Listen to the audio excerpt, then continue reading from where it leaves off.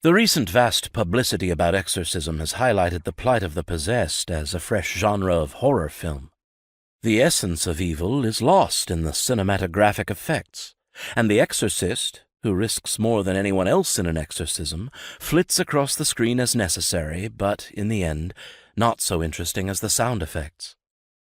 The truth is that all three, the possessed, the possessing spirit, and the exorcist, bear a close relation to the reality of life and to its meaning as all of us experience it each and every day.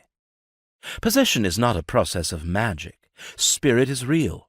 In fact, spirit is the basis of all reality. Reality would not only be boring without spirit, it would have no meaning whatsoever. No horror film can begin to capture the horror of such a vision, a world without spirit. Evil spirit is personal, and it is intelligent.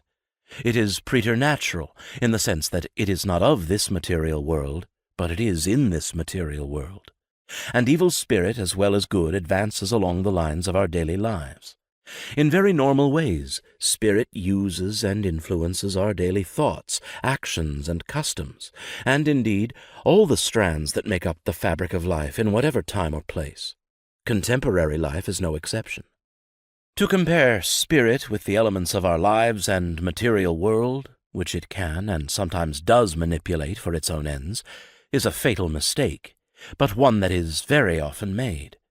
Eerie sounds can be produced by spirit, but spirit is not the eerie sound. Objects can be made to fly across a room, but telekinesis is no more spirit than the material object that was made to move. One man whose story is told in this book made the mistake of thinking otherwise, and he nearly paid with his life when he had to confront the error he had made. The exorcist is the centerpiece of every exorcism. On him depends everything.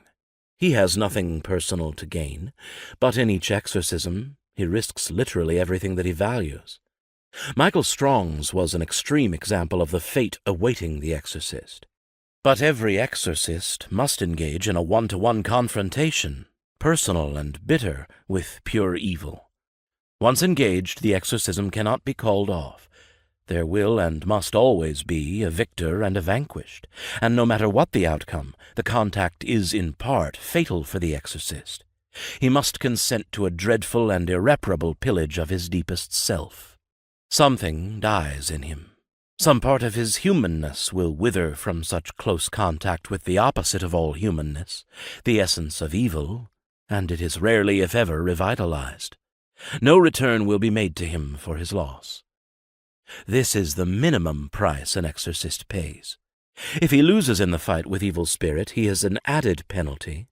He may or may not ever again perform the rite of exorcism, but he must finally confront and vanquish the evil spirit that repulsed him.